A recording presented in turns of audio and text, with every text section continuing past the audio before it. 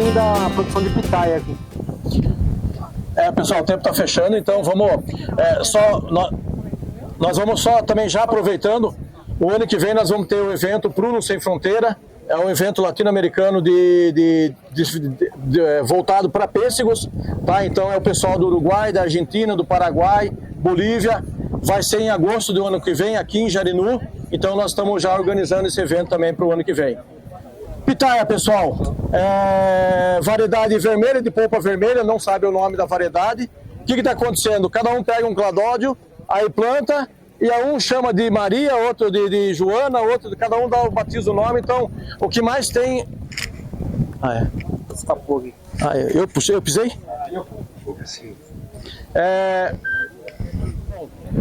Pitaia, pessoal, vermelha com polpa vermelha, a gente não sabe a variedade, ela é autofértil, então ela não precisa de polinização manual, ela tem uma capacidade grande de produção. São 0,9 hectares, o ano passado produziu 29 toneladas nessa área de 0,9 hectares. Então é uma produção excelente. Se a gente for pensar e for ver, praticamente não tivemos problemas de bacteriose o ano passado, então praticamente não teve que fazer muita pulverização. O Valdir faz algumas pulverizações com hidróxido de cobre, Cosaide, Supera, alguns fungicidas de vez em quando, né? Mas se a gente for ver a sanidade da planta, está muito tranquila, está muito um bom aspecto. Adubação, Valdir, orgânica, que você fez, um esterco. E um pouco de potássio. E um pouco de potássio. Boro. Então, na verdade, pessoal, uma cultura bastante rústica, bastante tranquila. Esse ano o Valdir fez uma bela de uma poda, tirando o excesso de cladódios. Estava com uma quantidade muito grande de material vegetativo, então ele acabou fazendo uma poda para tentar uma poda no meio, tirando o material mais velho que estava aqui no meio, e também uma poda tirando o excesso de cladódios que estava aqui em cima. O objetivo disso aí é fazer com que você tenha uma boa insolação, uma boa quantidade de luz nas ramas. Espaçamento 4, né, Valdir? 4 entre linhas e 2 entre plantas. 4,5 por 2. 4,5 por 2. 4,5 por 2, né? Então, sistema de irrigação por bailarina. Não tem muito o que falar, pessoal. Aqui a produção foi muito boa, o mercado foi muito bom esse ano, contrário do ano passado, que foi um pouco mais complicado. Esse ano o mercado foi muito bom e teve uma ótima produtividade. Normalmente a gente considera que ele vai dar em torno de 4 a 5 picos de florada. Então, normalmente a primeira florada vai acontecer final de outubro, novembro, e teoricamente até abril nós temos uma última florada. Então, durante esse período de final de outubro, novembro, até abril, nós temos aí 4 a 5 fluxos de florada, picos de florada, que vão coincidir, depois vão dar pico de colheita. Beleza? Oi. De queima de cladódio, como vocês trabalharam? Não trabalhou. Não teve. Teve alguma coisa, tirou alguma coisa fora. Você não está vendo hoje porque nós estamos nos meses mais frios, então o que estava queimado já tirou fora já. Já tirou fora já. Então, não foi nada severo? Não, nada severo, nada exagerado. Quer falar Laura agora? De pitaia, polpa vermelha, vermelha com polpa vermelha, tá? A gente não sabe a variedade que é isso aqui. É uma autofértil, então não tem a necessidade de fazer a polinização manual. Ela sozinha ela tem essa capacidade de produzir. A área do Valdir aqui são 0,9 hectares e o ano passado foi colhido 29 toneladas nessa área de 0,9 hectares. A pitaia tem como característica agora, final de outubro, começo de novembro, ela tem o primeiro fluxo vegetativo, o primeiro fluxo de florada, e normalmente são em torno de 4 fluxos de florada de final de outubro, novembro até abril. Então, agora, praticamente estamos esperando aí, agora essa é a fase de formação, de maturação dos cladódios, né? Então, para final de outubro, novembro, ter a primeira florada nessa área de produção. Praticamente não tivemos problema nenhum com relação ao problema fitossanitário. O Valdir faz algumas aplicações de hidróxido de cobre, Supera, Cosaide, Tutor, qualquer um desses produtos. Mas assim, você vê pela sanidade dos cladódios que praticamente não tem nada, nem bacteriose, que é o grande gargalo da pitaia, nem problema de cochonilha, então assim, é uma cultura que está bem tranquilo. Com relação à adubação, foi feita uma adubação orgânica no começo do ciclo, agora esse ano não foi feito ainda, e na pré-colheita foi feita uma adubação à base de potássio para garantir a qualidade final do fruto. Então é uma cultura bastante tranquila. Foi feito, Valdir, quando foi feita a poda dos cadóides de cima, Valdir? A gente fez uma poda de copa, que ela estava com excesso, né, e meio desordenada. E a gente então tirou uma boa parte da copa logo após a colheita. Foi bem radical mesmo, fez uma boa limpeza. Aí ela já deu uma rebrotada. A gente já fez uma seleção, uma parte dos brotos que vieram, né, deixando os mais direcionados para o lado mais favorável para fazer a colheita, né? E daqui uns dias a gente vai fazer mais uma poda. Tem que sempre dando uma raleada e deixando sempre, né, os gladórios mais direcionados, né, do lado que facilite a colheita depois. Né? Os que trançam por cima, ou que sai a prumo, a gente procura ir tirando fora. E a parte de baixo também, né, sempre estar bem limpo aí, né, reduzindo um pouco o número de gladórios. Apesar de ser uma espécie, a planta parece um cactus, mas ela tem uma necessidade hídrica bastante grande, então a questão da irrigação é bastante importante para a cultura, principalmente no desenvolvimento dos frutos, para o tamanho dos frutos. Então ela tem uma necessidade hídrica que tem que estar prestando atenção para que você consiga manter a qualidade dos frutos. Alguma pergunta, pessoal? Algum questionamento? 29 toneladas em 0,9 hectares.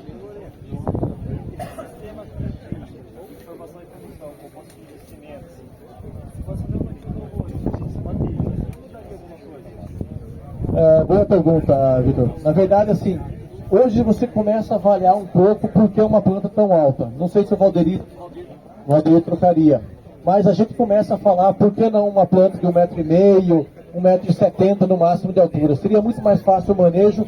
Tudo aqui é complicado, você tirar em cima, fazer a poda. Então, hoje você começa a pensar, será que eu preciso isso aqui deve estar com 1,70 m ou 1,80 m. Será que eu preciso de uma planta tão alta? Será que eu manejo, se eu fizesse aí 1,5 m, 1,80 m, a quantidade de cladóide que você tem aqui é suficiente para te dar uma boa produção. Então, ela não precisa chegar até o chão. Nós tivemos um produtor que tem essa mesma estrutura de condução, e os postinhos não aguentaram. Então teve algumas linhas que quebraram e aí fez o efeito dominó, caiu a linha inteira. Aí como é que se coloca isso daí em pé? Então é um problema bastante grande. Então hoje talvez, se a gente for pensar, talvez o Valdir possa reforçar melhor isso aí, talvez 1,50 m, 1,70 m, não mais do que isso. Não precisa ser dessa altura, poderia ser um pouco mais fácil, que facilitaria muito mais o seu manejo e a condução da cultura.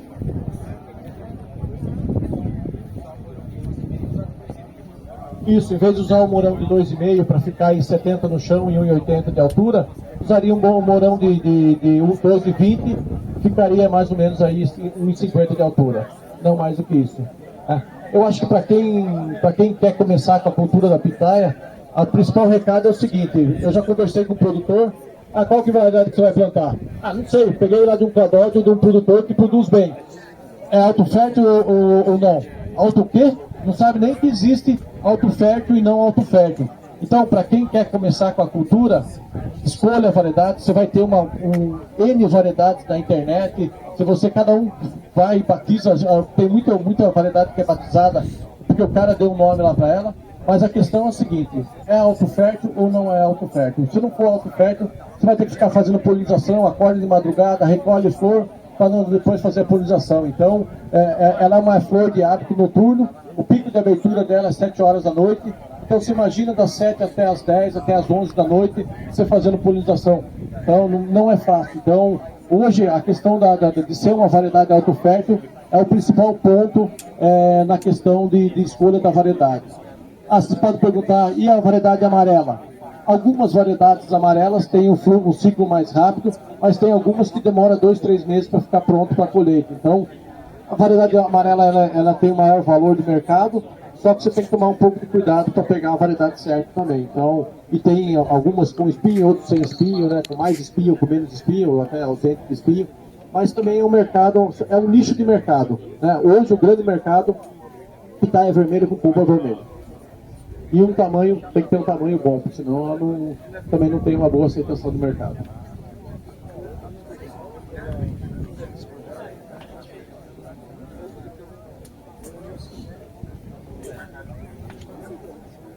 Eu estava perguntando para o Valdir com relação à exportação, foi preparado talvez para exportar, mas esse ano o mercado, diferente do ano passado, esse ano o mercado interno foi muito interessante. Então, o preço pago ao produtor foi muito bom esse ano. A receita das suas 29 toneladas, 29 vai dar 0,9, vai dar suas 32 toneladas por hectare. Se você faz uma conta rápida aí, a receita foi bastante interessante. Então, mas claro, você tem que ter uma pitaia de boa qualidade. Falando do gargalo da bacteriose com relação a atacar os cladódios, principalmente no período chuvoso. Em termos de praga, arapuá, a abelha arapuá, ela faz um dano grande. Algumas regiões que tem soja do lado, quando faz a colheita da soja, dá um ataque bastante intenso de vaquinha, né, as vaquinhas, então também tem problema. Tem alguns probleminhas que tem que ser. Eu acho que o maior problema da pitaia é o seguinte: se você pegar no Ministério da Agricultura e procurar produto registrado para pitaia, não tem nenhum. Zero de produto registrado. Então, se você for querer usar um produto registrado para cultura, você não vai usar nada. Só no biológico.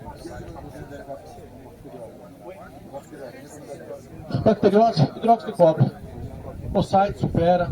E tem a pasta fúngica também, Jaime. A pasta fúngica, 5 litros d'água, 2,5 kg de cal, 2 kg de dióxido de cloreto de cobre. Você faz uma pasta naquela lesão, pincela, controla muito bem. A gente está muito mais preocupado com a bacteriose, a gente está muito mais tranquilo com relação à bacteriose.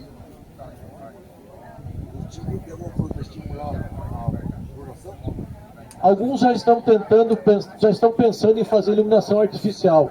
Só que é uma junção de horas de luz com temperatura, então não é só horas de luz. Então, se você não tiver a temperatura acima de 16 graus, então você também não vai ter o estímulo de floração. Mas tem gente pensando em fazer iluminação artificial. A gente é meio louco, Jaime. O ano passado eu fiz um teste com Dormex. Passamos Dormex na pitaia para ver se estourava uma florada em maio, final de maio. Não aconteceu nada.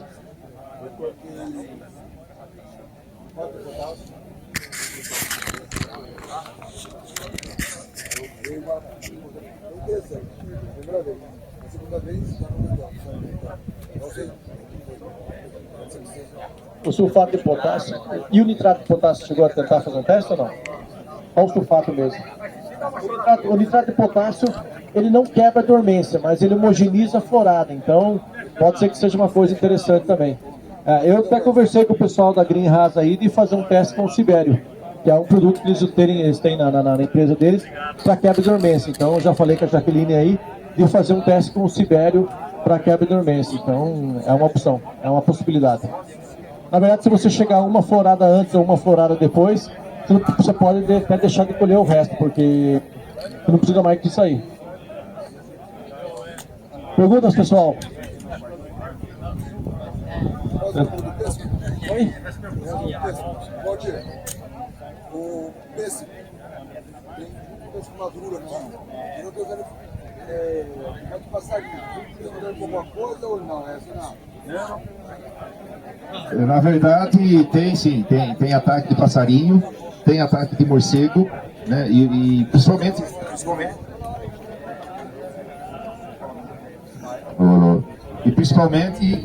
maritaca. Está tendo bandos de maritaca aqui, ó, com mais de 300, 500.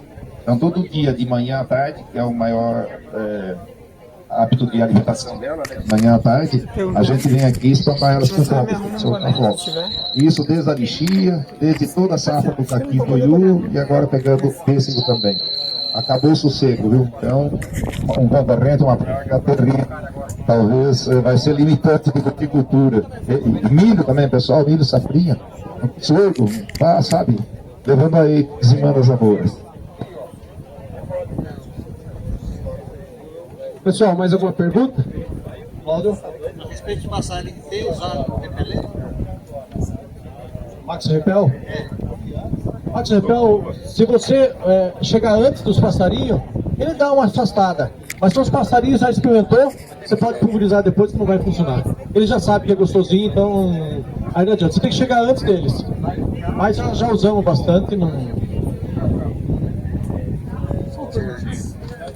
Quando a gente vai aqui, cara, mas ele acontece. O que é aquilo lá?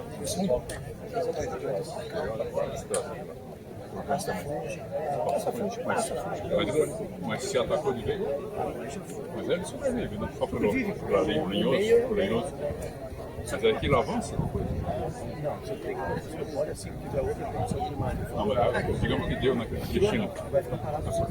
Se você não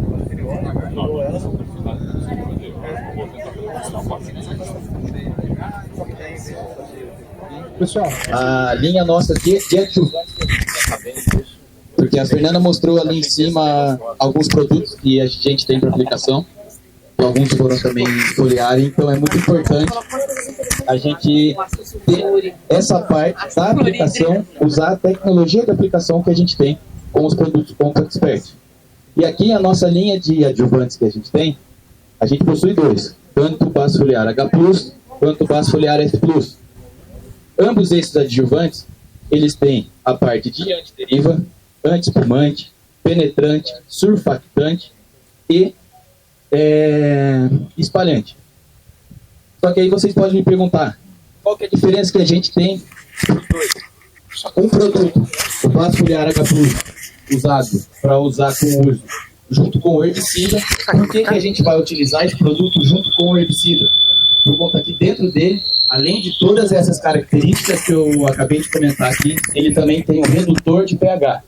E além de reduzir o pH, a gente vai tamponar o pH, ou seja, a gente vai manter o pH ideal para fazer a aplicação com herbicida, que é aquela aplicação que a gente precisa de um pH entre 3 e 4. Já o F+, a gente também tem todos os atributos que eu comentei, porém, a gente vai tirar a parte do redutor de pH e tamponante e a gente vai colocar o óleo de delimoneno, ou seja, também um desalojante de praga. Mas ambos os produtos, é importante falar que eles têm antideriva, redução de espuma, como a gente vai ver aqui, penetrante, quebra de tensão, como a gente vai demonstrar aqui também. E também é importante falar que eles são isentos da molécula de nonilfenol. Por que a gente gosta muito de bater nessa tecla? Por conta que essa molécula ela é cancerígena para a pessoa que está utilizando. Então, os adjuvantes da Compo não possuem essa molécula de nonilfenol. Para todas as frutas de exportação é proibido também. Exatamente, Fernanda. O que a Fernanda comentou é que para frutas de exportação é proibido ter essa molécula de nonilfenol. Então, nos adjuvantes da Compo Expert, a gente não tem essa molécula. E também, só para não ficar, né, aquele falatório, vamos começar a demonstrar aqui para vocês os atributos que a gente possui dentro dos adjuvantes Compo Expert. Primeira... O Cássio vai colocando e você vai explicando. Tá, pode ser. Vamos fazer o anti-espuma. Primeiramente, a gente vai mostrar aqui o atributo de anti-espuma. Por que é importante a gente ter esse atributo de anti-espuma dentro do nosso adjuvante? Por conta que a gente sabe que a cauda vai estar ali em constante agitação e é importante a gente ter esse controle de espuma para a gente não prejudicar a nossa aplicação da cauda para a cultura desejada. Então aqui a gente coloca o detergente como se fosse algum produto que causa espuma na cauda. E quando a gente chacoalha, é como se fosse...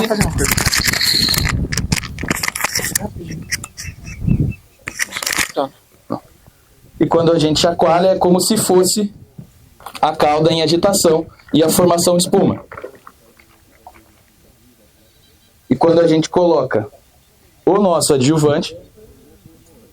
Pode colocar meio mesmo. Meio? É. Chega mais perto, gente, pra gente conseguir ver, quem quiser.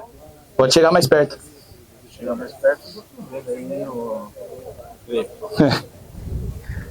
Chacoalhar mais um pouco. Pode chacoalhar. Quer colocar aqui na frente?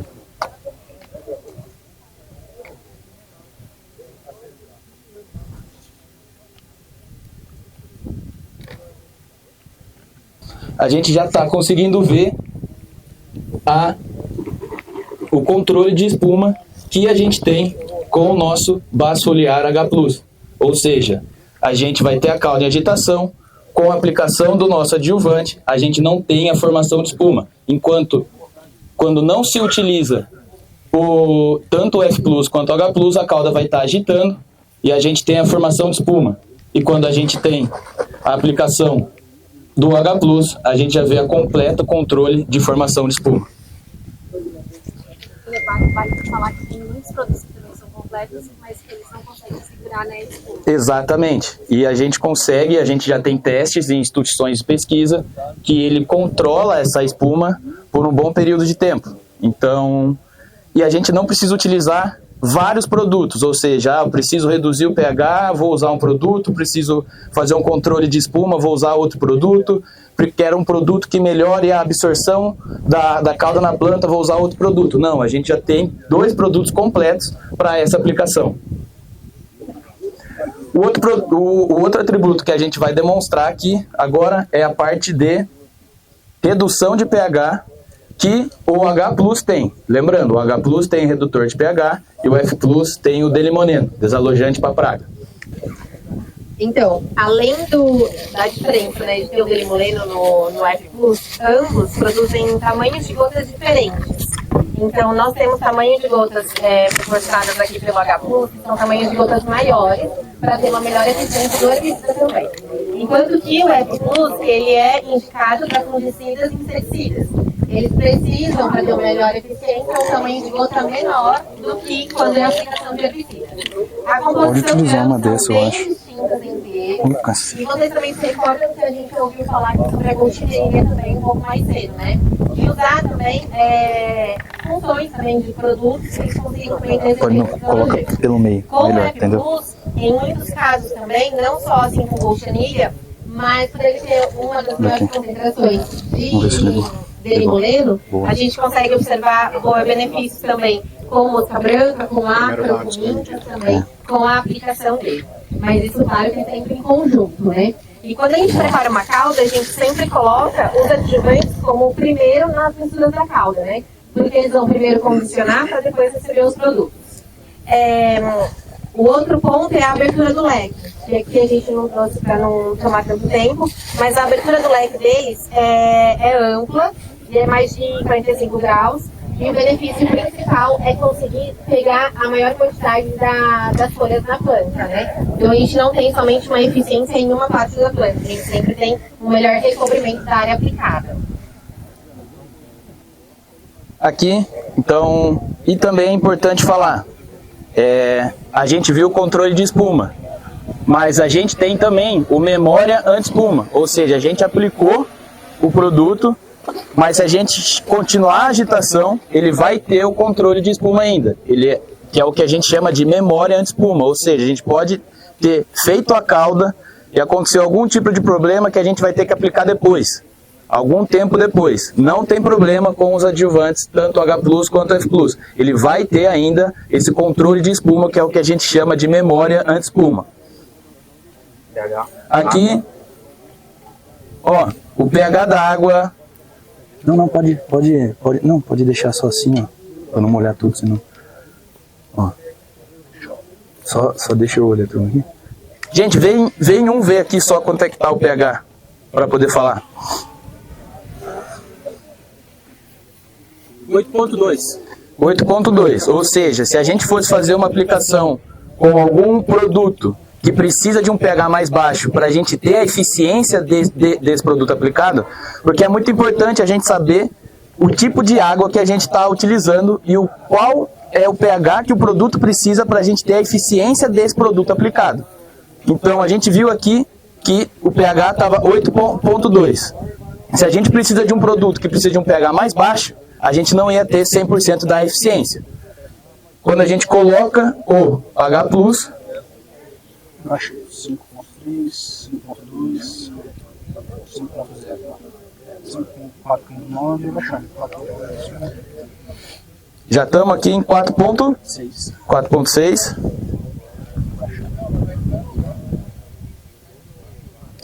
Já chegou em 4? 4.3. 4.2. Vai. Ou seja, a gente reduziu o pH a 4, que é o ideal para aplicação com herbicida. Porque para aplicação com herbicida precisa ficar entre 3 e 4. Ou seja, se a gente fosse aplicar um produto com aquele pH anterior, que estava 8,2, a gente não ia ter 100% da eficiência do produto com a aplicação. Aí quando a gente utilizou o redutor de pH, o base foliar H+, a gente reduziu esse pH e aí sim a gente teria 100% da eficiência da cauda. E se deixar a cauda parada também, ele fica estável aqui, ele vai segurar tanto o antiespumante quanto as outras qualidades aí por 48 horas no mínimo, né? Exatamente, que foi o que eu falei, ele reduz o pH e é tamponante, ou seja, ele vai manter esse pH abaixo. Agora, o outro atributo que a gente tem é a parte de penetração, ou seja, a quebra de tensão superficial da gota. Porque quando a gente aplica apenas água, todo mundo já viu que fica aquela gotícula em cima da folha, né? Ou seja, aquela cauda, aquela gota não está penetrando para dentro da folha. Quando a gente faz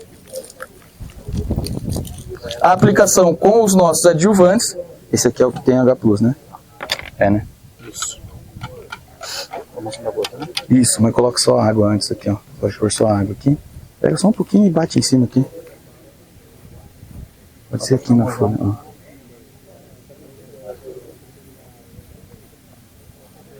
Ó, a gente consegue ver certinho a gota em cima, ou seja, ela não penetrou para dentro da planta. Ela não, a planta não está absorvendo essa cauda que está sendo aplicada. Mas quando a gente tem... E sem contar também, porque na verdade, ó, se vocês forem ver tanto aqui da pitais, se vocês forem ver aqui do lado de todas as outras culturas, né, a folha ela nunca está reta como está aqui, né? Então também o benefício de se trabalhar com o espalhante e essa quebra de tensão é que se bater o ventre como está assim, a gota vai escorrer, né? Então realmente ela não teve o produto que você está colocando ali não entrou na planta. Exatamente. E quando a gente tem... Pode pôr do lado aqui. Quando a gente tem a aplicação do nosso produto, quem quiser vir ver mais perto também, a gente já tem a quebra da tensão da gota e o espalhamento. Então a gente tem certeza da aplicação da cauda para a planta. E diminuindo toda a perca que a gente possa vir a ter. E o interessante é que a gota está aqui. Se essa parte começar a espalhar e bater na gota, ela já vai quebrar a tensão superficial e, consequentemente, vai ser absorvido pela planta. E o outro ponto também é que também na hora que a gente viu do manejo da podridão também, ele também sinalizou, né, que não adianta só fazer a aplicação dos fungicidas ideais, nem dos produtos biológicos ideais, se você também não tiver uma tecnologia de aplicação adequada também para que esses produtos possam possibilitar. Os nossos adjuvantes, eles têm total interação tanto com os biológicos também, não tem nenhum tipo de restrição. A gente também já fez as compatibilidades biológicas internas também, com diferentes tipos de fungicidas também. Nós também temos produtos biológicos, né? Então, por isso também somos mais avançados aí quanto a testes também de compatibilidade. E também é só interessante pontuar a parte também, que essa parte de tecnologia de aplicação é muito importante. E a gente também já tem alguns testes, estamos realizando alguns testes em aplicação com drones também. Então, porque quando se faz uma aplicação com drone, ela é mais técnica, ela é mais difícil, vamos falar assim, porque você está concentrando muito produto, você não está fazendo uma cauda de 100 litros de água, ou seja, você está concentrando em ali 10, 20, 30, 40 litros. Então, também eles servem para aplicação via drone. Então, é um produto que a gente tem de tecnologia no mercado para melhorar a aplicação da cauda fitossanitária na cultura. E para terminar também aqui, quero só comentar que a Compa está presente aqui na região, junto com a Isaflora, com o Rafa, não sei onde ele está, e aqui também o Acácio, ele está presente aqui na região sempre, então ele vem aqui toda semana. Contem com a gente aqui o que vocês precisarem. Estamos aqui também à disposição de todos vocês, tá bom? Só falar só mais uma coisa. E, gente, também, quem quiser fazer teste com os nossos produtos, testar, porque muitas vezes vocês já utilizam algum produto. Quem quiser fazer teste, estava conversando com a Natália, só conversar com a Natália, que é representante da região, e conversar com a Cássia também, que a gente faz testes comparativos com os nossos adjuvantes, com os adjuvantes que vocês utilizam. Isso daí, gente. Muito obrigada. Viu? Muito obrigado. Obrigado ao pessoal da POP. Só aproveitando, aqui é a propriedade do Sérgio Ferraro, vizinho primo do Valdir, na divisa aqui. Aqui é um pomar de pitaia com 5 anos, né, Sérgio? E aqui a condução é no aro, né, feito de pneu. Então muda um pouco a forma de condução, mas da mesma forma a gente tem um pomar bem formado aqui também, produtivo. Predominantemente é polpa roxa, né? Polpa vermelha. E tem um pouco de branca também. Alguém tem algum comentário, mais alguma coisa para falar de pitaia? Só ia perguntar a produção em relação lá que ele tem mais expandido e aqui só no pneu. Quanto você falou para a produtividade lá? Convertido em hectares, 32. Sérgio, sabe dizer produtividade aqui? Luciano aqui. Deu bastante. Então tá bom, deu bastante. Deu pra pagar a conta e sobrou um pouco, né? Então, nós vamos descer para o café ou vai parar na porta da Temoia? Lourenço? Lourenço está presente? Sua alegria fechando aqui, hoje várias gravações, fruticultura aqui em Jarinu. Agora a gente saindo da pitaia, passamos pelo pêssego e vamos para Temoia fechar o dia.